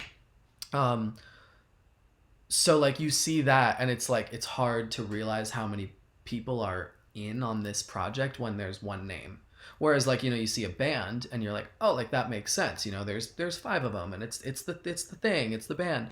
But yeah, noticing how collaborative every single part of the process is, from creative to business to anything. There's so many minds involved, and it's hard when you live in like a regular town, like I grew up in suburbs of Ohio. It's like you don't like, it's not common to be like, hey, let's sit down and write a song together. Where I think that was another thing when I moved here, not only to a place that is very creatively driven, but with the school, um you get comfortable like asking questions that you'd be too nervous to ask, like, can we write a song together, because it's such a foreign weird thing. um Stuff like that, where it just is more comfortable. And also learning to like what you like. I think like a lot of like people like in smaller towns, and when you're doing like music, right, you're classically trained, you're that whole thing, you're in theater, whatever, there is like a poo poo, especially on like pop music. And coming to a place where everyone can like what they want to like I remember for a long time I was like, I don't like country music. And then you come to a place where everyone can like what they want to like, in music school especially, just like coming to the table and doing it well. And you're like, oh, like actually, like I can't say that. I can't say that I don't like this entire thing, because like there are good parts of, like, there's a reason millions of people like this thing. It's good, It might not be my cup of tea every day, but anyway, went on a tangent. Collaborative music is important, and fostering those relationships is very important. Yes, absolutely. You mentioned, I want to know at LACM what kind of genres are represented, because you're into pop, dancey pop, and like what else? What other things do people do? Yeah, I mean, a lot, a lot across the board. Mainly pop centric, like pop centered writing, and producing that comes out of the school. But we have, especially in the production program, there's a lot of different like EDM producers, which is a pivot. And then we also have a good amount of like, not a ton of country people, but like a few. And then we have some people who are really like in the R&B realm, which is really awesome, because I think especially like you've went to like a classically trained school, like those are all genres that aren't super represented at all. So like, like you go to classical school and people will, sing musical theater, and that maybe is, like the branch out, and that's like they're the cool one who's singing musical theater, like I don't know. But here, yeah, it's very interesting where they're all very contemporary modern things that people are listening to, but it's definitely across the board, which is cool, because then it's also not redundant, and that also helps with like the competitive nature. Like I don't really see that, because I feel like everyone has their own lane. Even if we're both making pop music, you see a difference of like where you both fit in to that. And a lot of that has to do with the faculty fostering that environment, but also just like realizing that there's a place for every voice, whether that be in writing or singing. Yeah, cool. Yeah, at classical school, the musical theater people would not only stand out, but Mhm. they would also get berated for doing things bad. So Right? Let's just, we're just exposing it. I'm exposing it. I'm done. It needs to be talked about. But anyway, Yeah. I'm glad to see that you're not just exposed to just the pop and like R&B. Do you see any hip hop or rap artists? Not too much, at least in my like quarter, because like most of us have kind of like stuck together with our program. But I have from some of the newer kids coming up, like I've seen that, which is cool. That's really cool. I like that. Yeah. Tell me, okay. Tell me pros and cons of college for a music career. So it's like Yeah. something we don't talk about the plethora of schools or training options. Like you don't like do you pros and cons of going to music college rather than just doing a production 3-month course? I think for me personally, coming from a background in music, right? Like I'd had a really strong background. All of my family members have done music. So like I had done quite a bit for like a high schooler, but I had no idea what I was doing in terms of connections and also in terms of like what music looks like in a music city. Um, because I could tell you what music looks like in Akron, Ohio, you know, but is that beneficial if I do not want to do music in Akron, Ohio? Not really. So I think for me, like a big part of that was the network, like I talked about. Like that was a huge pro, and like we were saying, I would probably be 3 steps back to where I am now if I did not have that like jump start of finding a co-writer that I had gelled with, from finding different faculty members who have brought me opportunities, like even just one random thing, like I went to a karaoke night at my school, like just a student activity, and I sung a Mariah Carey song, and one of the faculty members had put it on her Facebook, and she had gotten a message from an alumni from our school who works in Korea, and she does music for K-pop, and we are working together now, you know. So it's like things like that, like, and that got me like my first like major label cut with Sony Music Japan, you know. So like things like that, Wild. wild, you know, That that's is what I'm saying. wild. It's wild. So like stuff like that never would have happened, not that quickly, you know. And obviously like in an alternate universe where I was just hustling and trying to do the thing, who knows where I would be, right? But for me and like my sanity, like I think it made it really easy and not scary to come out here. And then also, not only that connection thing, right? Like let's say in a perfect world I made all of those connections not going to college. I would not have the knowledge to back it up, not only in the creative, like the aspects of writing a song, the the technical details of writing a song, the technical details of singing pop music, um, the business that we talked about, all of those things, the things you're paying for on top of the whole network that you're just granted, you don't have that over here. You don't. And you can learn that from industry people that you're working with, but it's like, it's different. It's very different. So I think you have to gauge where you're at. And I think there's a lot of people who maybe have a good head start in music, like they have a family member who has been in LA for 10 years and they've been doing it, and they can help them out, get them in rooms. That might be a good idea to try and like do the thing, or try and do like a smaller diploma or like an associate's, because you know that you can already have that in. But for a lot of people, you don't have that in.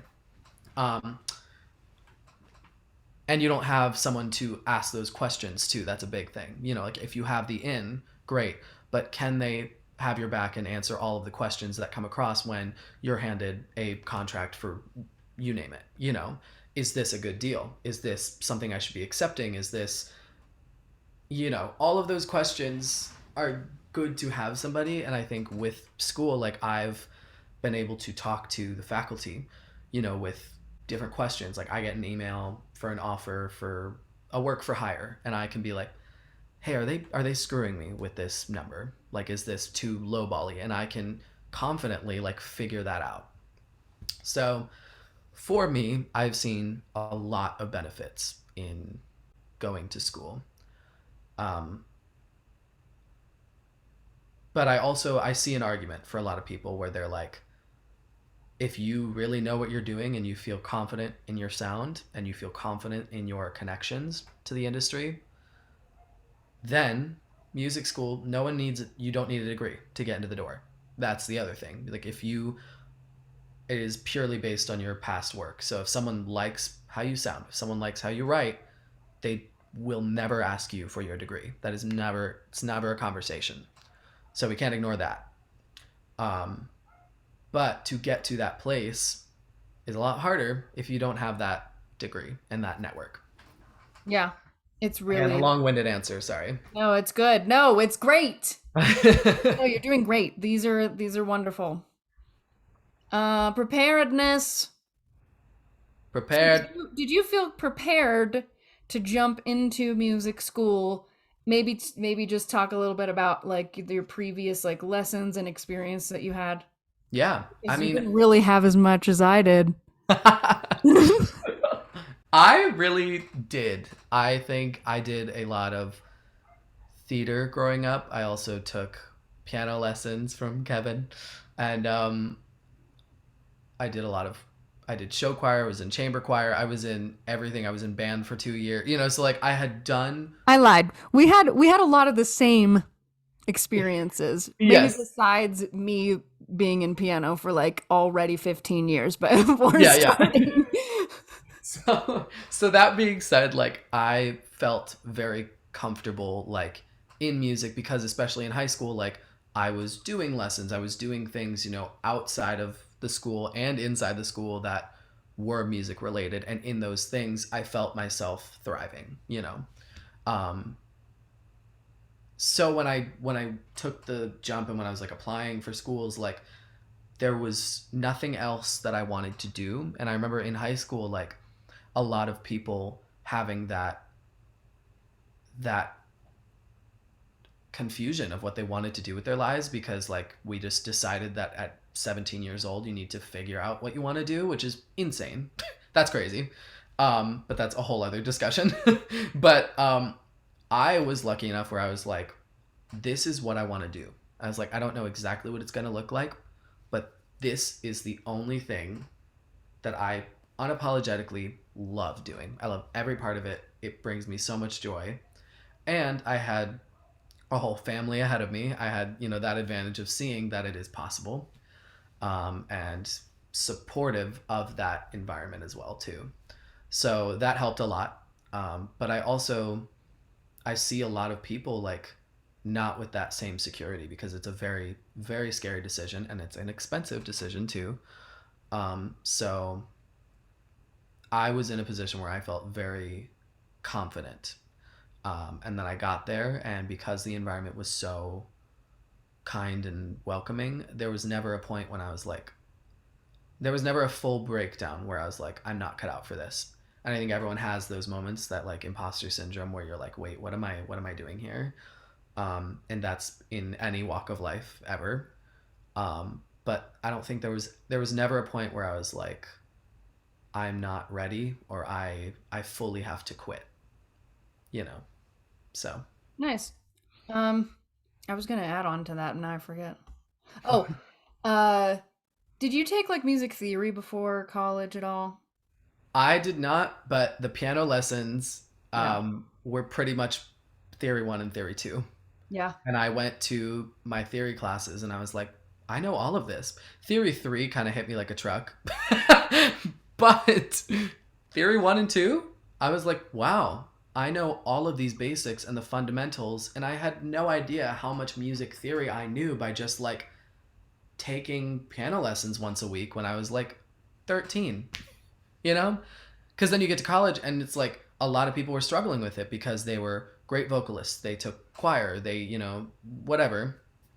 But that music theory is such a different component.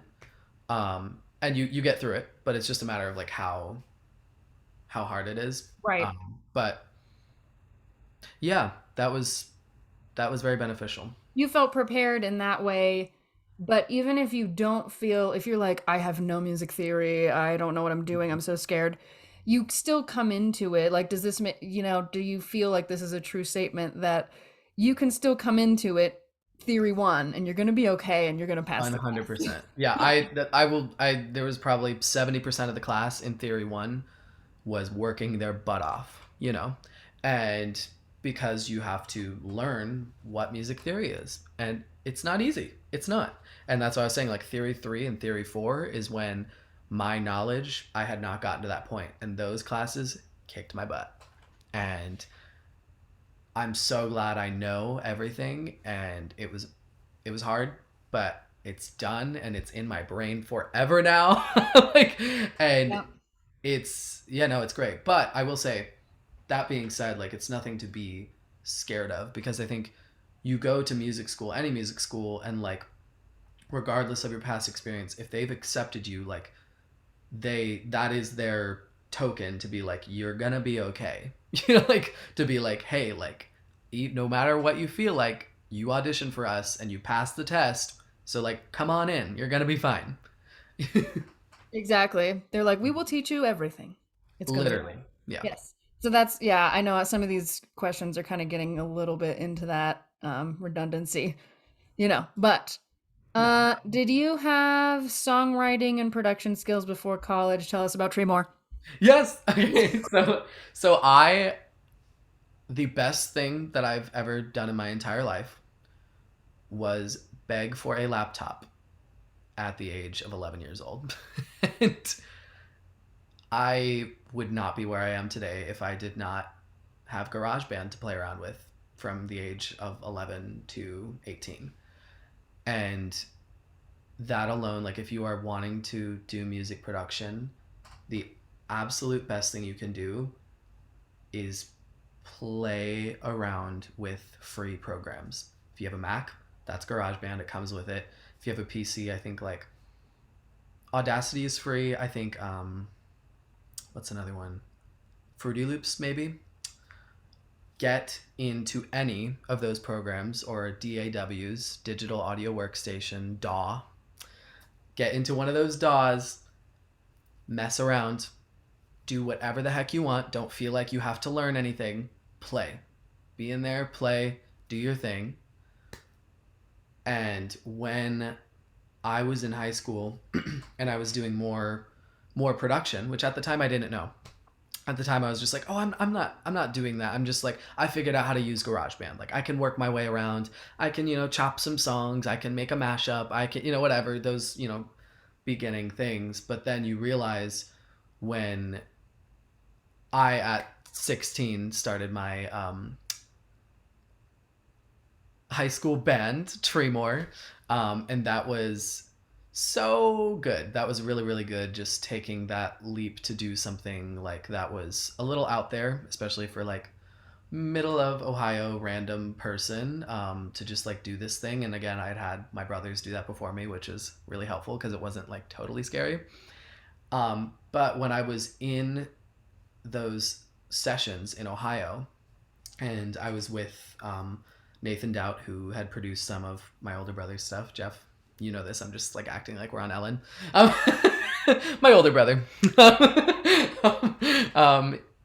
He we had gone into a session for this one more, like, poppy song, because we were, like, kind of pop rock, and then, like, towards, like, the end of our high school career, we had, like, some more, like, straight up, like, pop songs. And I had given Nathan, the producer, some tracks. I was like, hey, like, I kind of made out, like, a skeleton of some stuff, and I was like, can we just put it in your system with, like, your plugins so it sounds, like, legit? I was like, because on my laptop it sounds, like, fake, like, but I know it could sound good if it has the right sounds and whatnot. And we're in there working on that song, and I had a friend come into that session because he was doing a rap on that song. And he came in, he's like, so who produced like, the beat? And the producer turns around and, like, points at me. And I was like, no, I didn't. I just, like, put it, like, in on my computer and gave you the files. And he's like, yeah, you, like, produced it. And I was like, I was like, Oh my gosh. I was like, how did I not know? And it's because I had just not like been treating it like this like job or like this skill. It was just like something that I found an interest in. So that's another thing that I've been doing, recently and throughout ever since that light bulb like clicked. I was like, what have I just been like doing because I thought it was like a fun hobby that I can actually do, you know? And I think everyone has those like different hobbies, like not that you have to monetize, but just realizing like what you can offer, what you can bring to the table because like that is so important. So, again, long-winded question, do I have songwriting or production skills before college? Yes. I didn't know it. And then in terms of songwriting, I had just done a lot of listening to music growing up and especially pop music and like learning the form, so like verse, chorus, bridge, chorus, um, basic, like my ear. And then when I got to school, it was really nice because it was like putting what I had naturally been doing into like words. So like there's different like rules to not to follow, but like guidelines that you can follow. Like there's this thing called like the rule of twos, where you like repeat two melodies in a row, and then the third time you change the melody. It's like technical, but I was listening back to songs that I had written prior, and I was like, oh, I was doing this thing that I didn't know. So that's another benefit of going to school, just like actually learning what you're doing, so then you can properly implement them when you're doing them in real life. Long-winded answer. It's okay. But the moral of the story is, if you want to start songwriting and start producing, just like do it. Just do And it. like I think that was the part that was so scary because it feels like you have to like start it or do it the right way. It doesn't have to be good. And that's hard. I'm also like a perfectionist, so I understand like I don't want to try something if I think I'm going to be bad at it. Hmm. But taking that leap and just be like, I'm not going to put this out. This is for me. I'm working on this.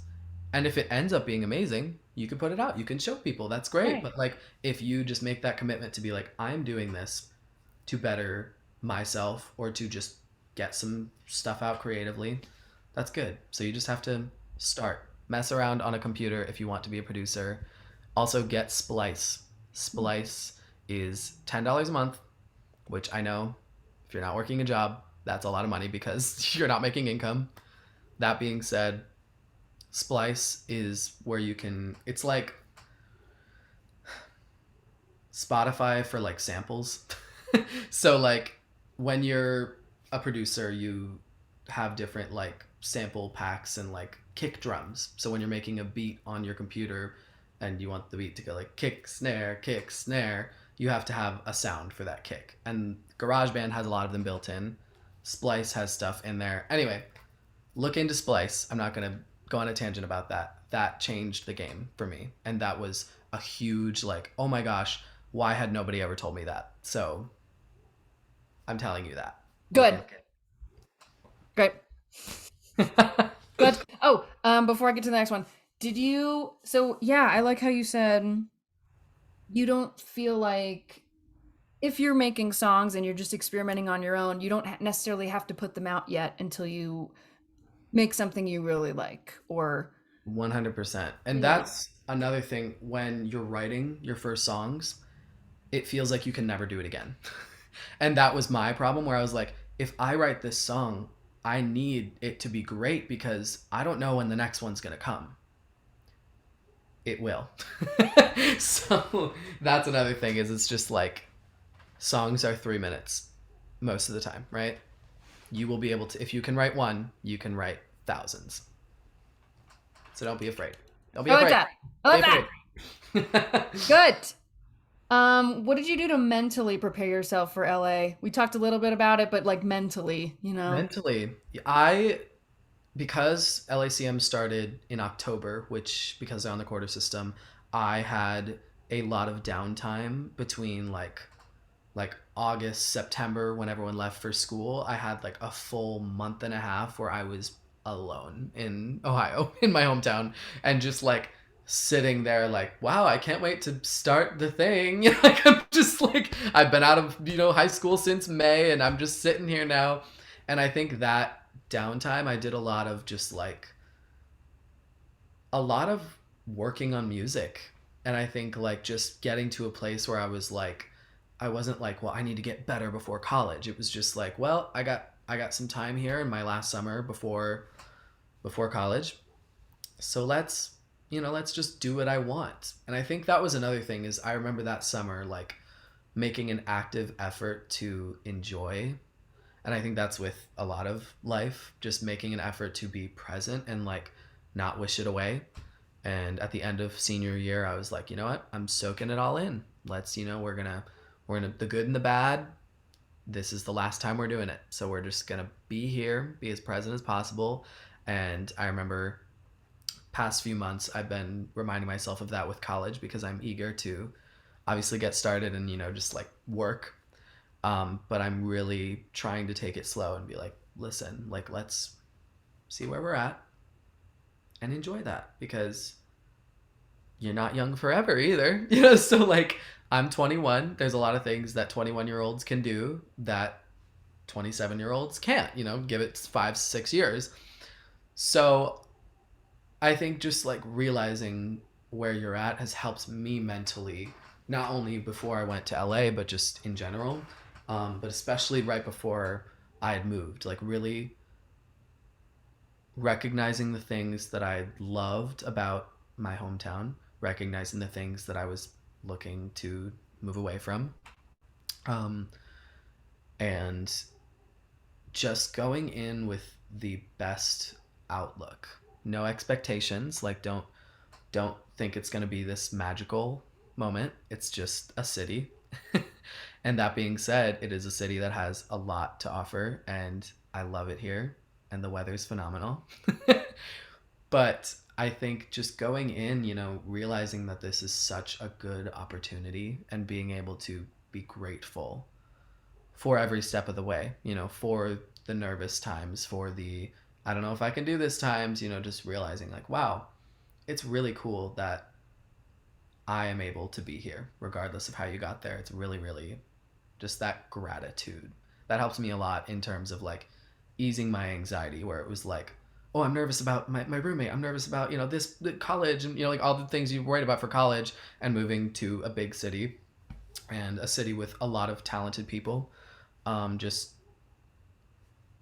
having that gratitude and having that confidence, like I'm grateful to be here, and because I'm here, I'm meant to be here. I feel like, did you feel like you kind of had to undo that like grind mentality too? Yeah, and I Yeah. think I think growing up in like the Midwest too, it's very much like we work and do this thing, and it's like that's awesome and it's good to have that like hustle. But taking that minute to be like, let's just sit here and do this thing. And like when I went to LA, I was like, it was a relief, honestly, because it was like in high school I talked about how like hours and hours of your day on school, extracurriculars, hobbies, any activities you want to do, any part-time jobs, it's just like all of those things. And then you get to college, you can't have any jobs because you just moved there. There are no extracurriculars, not really, not like in high school. There are extracurriculars, there's student events, but like not like high school. Especially at music school, we don't have sports. So like I think I got there and I was like, whoa, I am so relaxed. And obviously that was something that I learned after I'd gotten there. But like as someone who's been there, like high school is busy as heck. And you will get to college and be like, wow, this is great. And then using that not to put you into a lazy mindset, because I think I got in that mode for a little bit where I was like really comfortable. I was like, wow, college is easy. And then 6 months fly by and you're like, oh wait, like what the heck, like I'm doing the college thing, but like I kind of wanted to like do some stuff while I was here.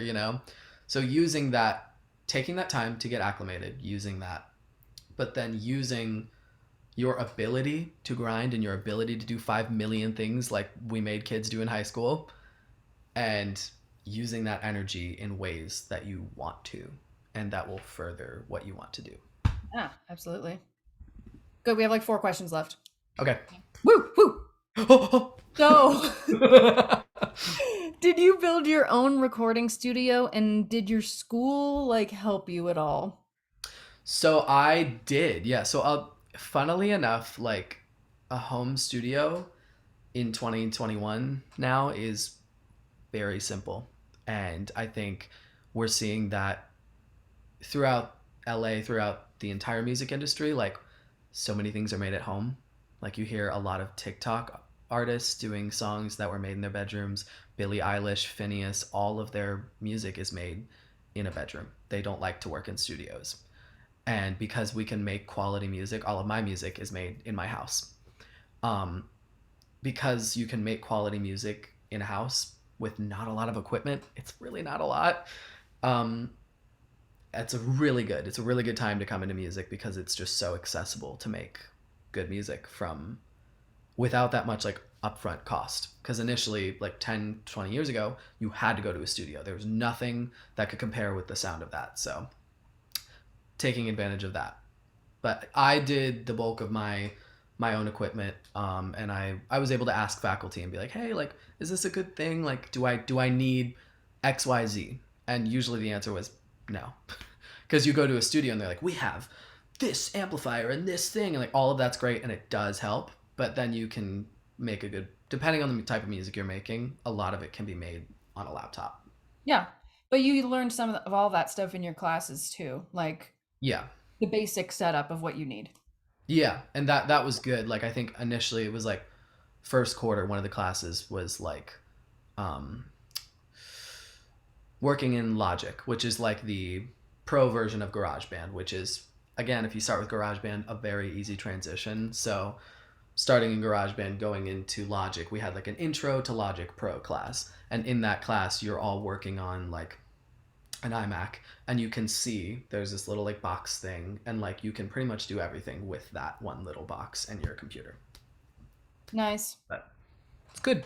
Excellent. I think all the kids are already using Logic anyway. So, And I tell so you what, I when I came into school, I felt like, is Logic like a real thing people use? So many people use it. So many people use it, and I think with the rise of like the like bedroom producers, like it's going to become industry standard in the next 3 years.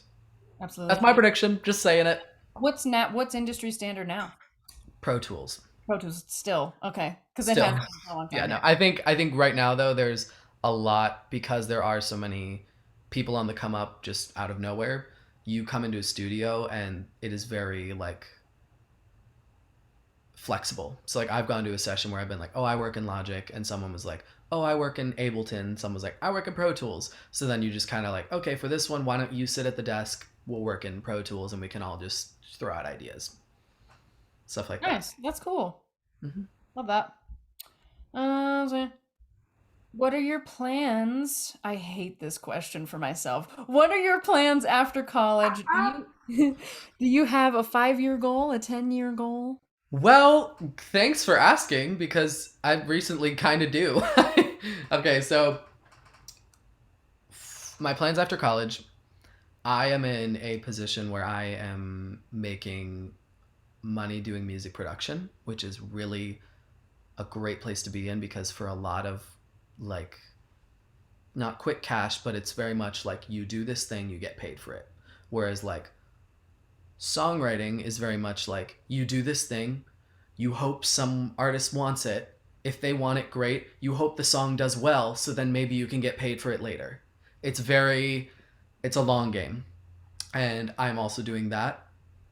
But having those production chops, and having also um, vocal lessons, and having the ability to do vocal work, that's another thing. A lot of like work for hire stuff can be able to like pay my bills, which is like so exciting. So I'm going into it like with a good amount of production projects, and I'm recently, like, of the last like few weeks, like trying to expand. Like I'm now going to be working with a karaoke channel on YouTube and making different karaoke tracks for them like every week. So stuff like that, where it's just like there was music everywhere, music in like Selling Sunset, a trashy Netflix reality TV show that I love. Um, there's music in there and there's money to be had, So obviously those bigger, Netflix shows come with more experience and more connections, but thinking on that small scale, like a YouTube channel that has karaoke tracks and they want to be pumping out tracks every day, they need a lot of producers. So finding them, emailing them, taking that initiative, that's something that I've gotten a lot of, like that like short term, that now thinking like, okay, like what is a way that I can make money in this moment? And emailing people who are on your level is really cool, because I think we all get caught up in like emailing, like they had a master class with someone from Disney Music Group, and like, oh my gosh, how cool would it be to get a publishing deal with Disney Music Group? So I'm emailing this lady and she's super cool, she's super nice, but at that time I was not in a place where I was ready for a publishing deal at Disney Music Group. All of those are good things, but just, yeah, thinking that short term thinking. So 5 years from now, I plan to have a publishing deal, um, and be doing a lot of the work for hire, doing my own songwriting and my own artist project as well. And 10 years from now, hopefully the same thing, just on a bigger scale, maybe some different streams of income. So I think just like, because I've cast like a wide net of like things that I can and want to do, that has been able to make me feel a lot less scared about what life is going to be like with a degree in music, because like we said, like no one is really hiring you based on your degree in music. Having a bachelor's, that's a great thing, that can open a lot of doors in non-music endeavors, but if you're talking about creative end of music, that degree is not going to open the door in 99% of the situations. Right. So those are my like loose 5 and 10 year goals. We're a little focused on the now because I transitioning from college into like adulthood is going to be an adjustment. So I think for the next year, it's just going to be a lot of like figuring out the things that I need to be doing, especially because I will be in like a a gig kind of way. So like making sure that I have enough money in my savings, enough money that I'm making every month so I'm not scrambling to make rent. And that's like the not pretty part of working in music, especially if you do not want to have a day job, or if you don't want to get a job on the business end, um, which a lot of people don't. And that's not feasible for everybody, but I think I'm in the camp right now where I'm like, I think it might be feasible, so we're going to send it. We're going to try it. And if I can't do it, if I can't pay rent, then I can get a job. And that is like the worst case scenario. So Yeah. day by day, and a lot of it's like not cute and not fun, but it's just like figuring out everything that I can do to make sure that I'm fulfilling my long-term goals, but also making myself happy. Right. Yeah. So you kind of, I think you might have already answered this one, but like plan B. I Yeah. know. It's scary. I don't want to think about it, but do you have a plan B? To be honest, I have like plan A through J. Like I so ready, plan A for me is being a full-time artist, songwriter, and producer. Much like a Charlie Puth, much like a um, Julia Michaels, like people who not only have their own artist project that does really well, they can tour with that, but they are also creatively making, producing, writing for other artists, because that also brings me an equal amount of joy. Um, so that is like plan A. We have the artist career rocking, and we also have the songwriting and production career rocking. Plan B, just the songwriting and production career, and the artist career is more of just like a little hobby moment. Like I still am gonna do it, but it's just like something I like to do, like a creative fulfillment. Plan C, still doing songwriting and production, and then like another thing. So let's say like I work 9 to 5 at a publishing house doing A&R for them. So I try and find writers and producers that they want to sign at this publishing house. So and that's something that the degree offers me, right? Because I have a bachelor's, like I'm able to get a music business job. And that for me is like my plan B. So, and having that peace of mind too, where it's like still like, okay, like my plan B is still something I wouldn't hate. Like my plan B is something that I could do. Obviously, it's not my plan A, but like having a plan B and a plan C and a plan whatever that you like don't hate, that has brought me a lot of comfort. And the fact where it's like, okay, well, like if plan A is rocking for a while, let's say for 6 months, and then for we have a little dry spell, because that happens, especially when you're in gigs, you can divert to that plan B, and it's like, okay. So I think like just really thinking and being honest with yourself of what you want to do in in your life, which is drama, especially for like high schoolers, right? But like realistically looking, like would I want to work 8 hours a day doing like whatever at this label, like hunting for so and so or doing paperwork or doing accounting, and if that interests you, that's great. Do that, but if you just need to like realistically look at where you're at and find plan B, plan C that you don't hate. Cuz I have like a plan like ready, like plan J, we'll say. It's far down the list. I'm like I would want to work at entertainment at Disneyland, and I would want to, produce out the shows one day. I'd work my way up and produce out the shows. And that's something, again, that if I lived that life, that would bring me so much joy. But I have all of these other things ahead of that. So finding as much as you can that brings you joy has brought me a lot of peace, because then it's like if I don't succeed at this right away, if I don't succeed at it ever, I'm not going to hate my life.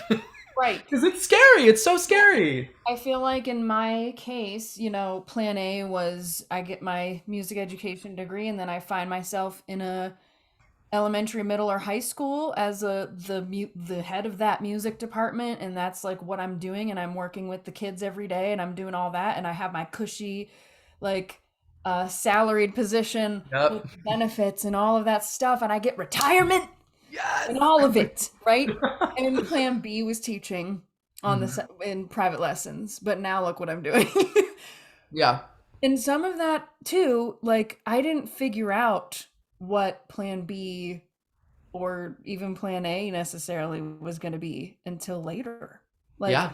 you're about to graduate, so you kind of have like a little more of an idea, but I didn't even have plan A going in of Mhm. exactly what I wanted to do. It changed so many times, but I knew it was going to be something with teaching music because Yeah. that was like the little fire burning inside of me, right? 100%. Yes. So there's that too. Like even now I'm 30 and people are like, "Where do you see yourself in 5 years?" And I'm like, "You're probably doing the same thing, man." Like I don't Oh. really like it just depends. Like it depends what happens. It depends the connections that are made. It depends on all of there's so many different factors. Like just roll with it.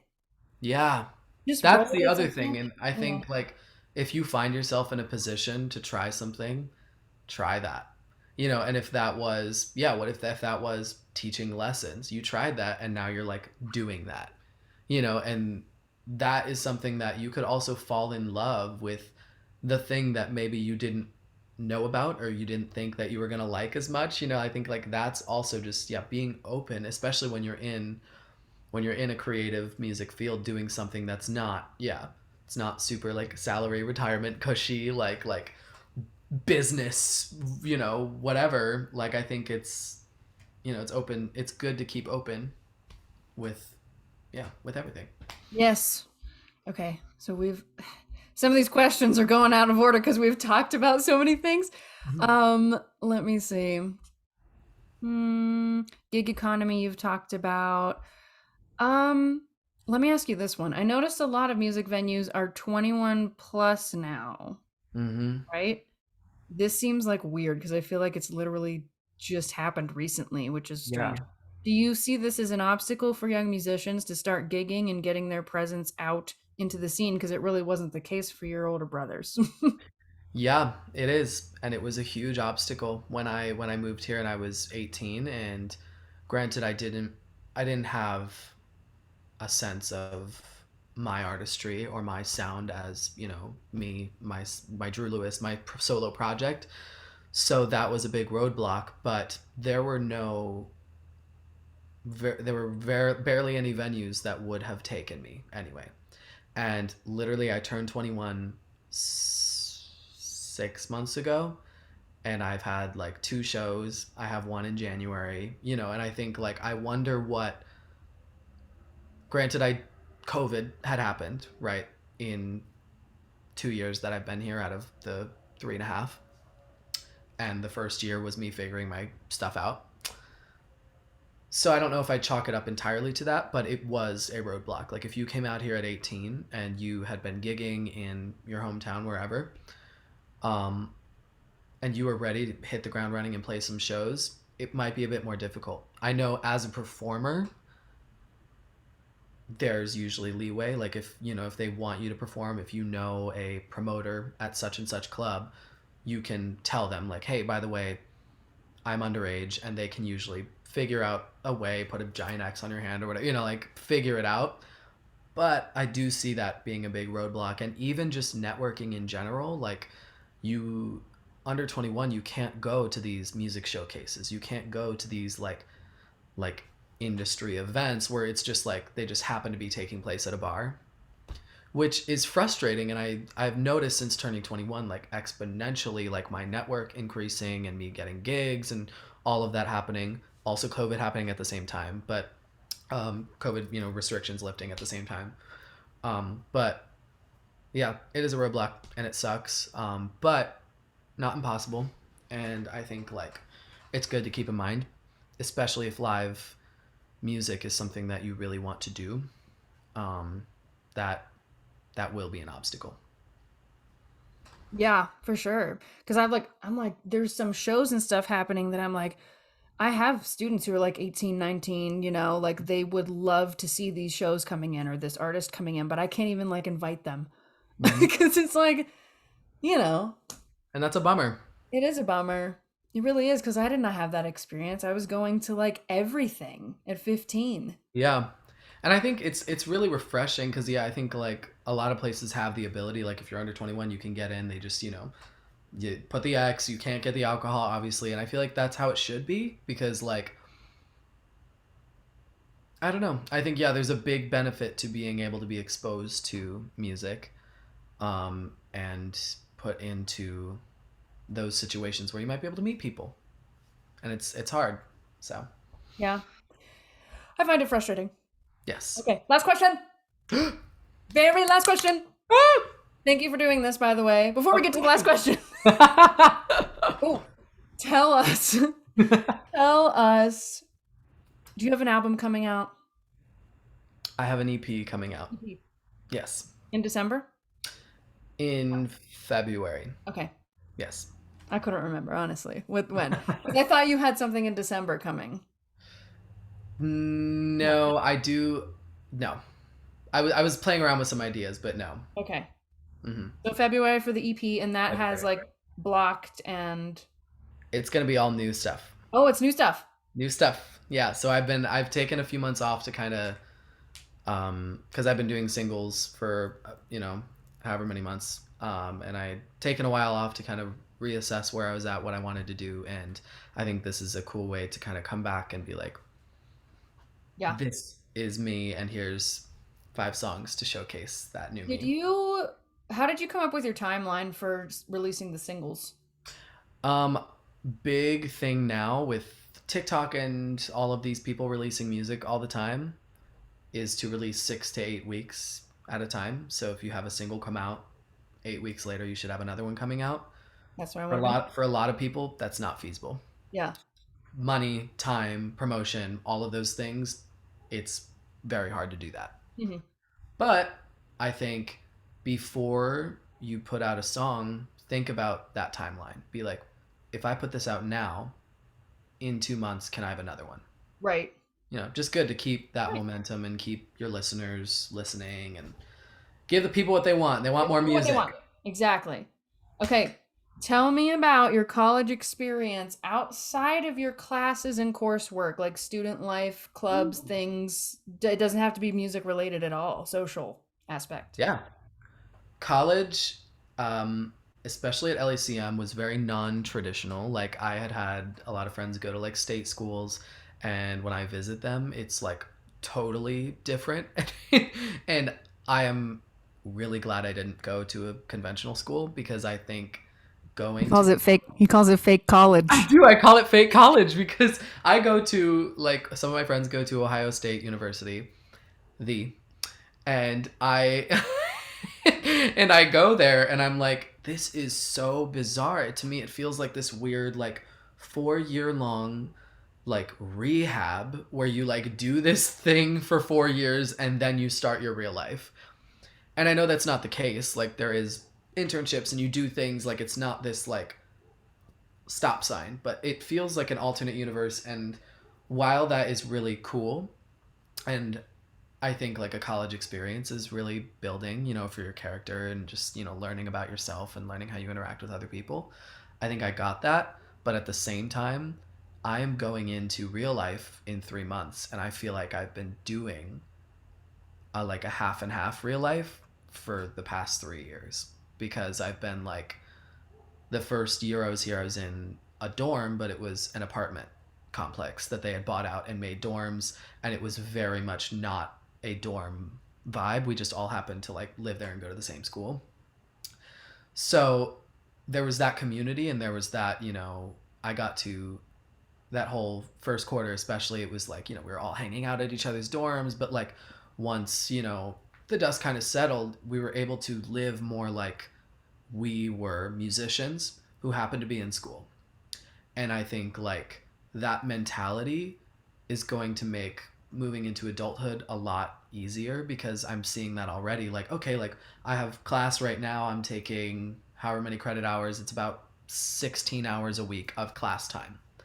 So I'm like budgeting for that and I'm putting sessions around that. I'm putting, other things that I can do and filling in time for homework. And is that a headache? Of course, but I'm really excited now for real life because now it's like much like the transition from high school to college, from college to real life. I'm like, okay, well now that I'm, you know, going to be out of class for those 15 hours a week, what can I do in those 15 hours that can like pay my rent? So it's like that is an exciting conversation to have because everything's opened up. And I feel like if I were to go to a traditional school, I would have taken those 4 years and like chilled out. And like that is great. And I feel like for that first year that I was here, I loved doing that. And I was able to just be a college kid and, have fun and party every night of the week. So, but it's just like now I'm at a place where I'm like, I can still do that. But I also have these goals that I want to accomplish and I want to do this thing and I want to do it while I'm young. And I want to, like set myself up by the time I'm, 30 that I'm in a really good spot financially and have my business rolling. And, I've seen that with like my older siblings doing that. And I think, like putting in that mindset of like allowing yourself to enjoy your life, to have fun, but like not having it be this like 4 year like destination wedding like that you're locked into for 4 years and then you can start your real life. I think like going to my fake college um, has been really helpful because I've gotten all of the benefits of going to college. I've gotten the social aspect, but I'm able to confidently walk into adulthood without it feeling like this huge like, whoa, everything's changing. Yeah, without a huge shift. I also want to point out that if they want to hear some of your college experience, they can listen to your music. Yes. Because you write from your experiences, and that is a true statement. And yes, but that was the last question. Amazing. I'm gonna tell them that they can find you on Instagram and Yeah. TikTok. Are you on Twitter? Yeah, not I am, but it's Mostly yeah, mostly Instagram and TikTok. Instagram. If they have any additional questions for you or want to just check you out, DM me. yeah, If you have any I think one of questions? them did. I think one of Yes. them did. Yes. He was mad at me. He's like, Yes. I asked him about like where to get started. He said GarageBand. Yeah. And she's from Ohio too. She's an Ohio girl. Really? I didn't Yeah, know that. yeah. She's But from. yeah, DM me. Anyone who has questions, I'm more than happy to help you out because I've also been in that position where it's like you don't know what the heck you're doing, you don't know where to start, and like no question is a stupid question, and anyone ever will pretty much answer your question. And if they don't want to answer your question, then you don't want to have their advice. You don't. They're Right. probably like not a good person that you want to know. So, No, exactly. Well, thank you. This was fun. And yes, I'm going to stop the recording now. okay.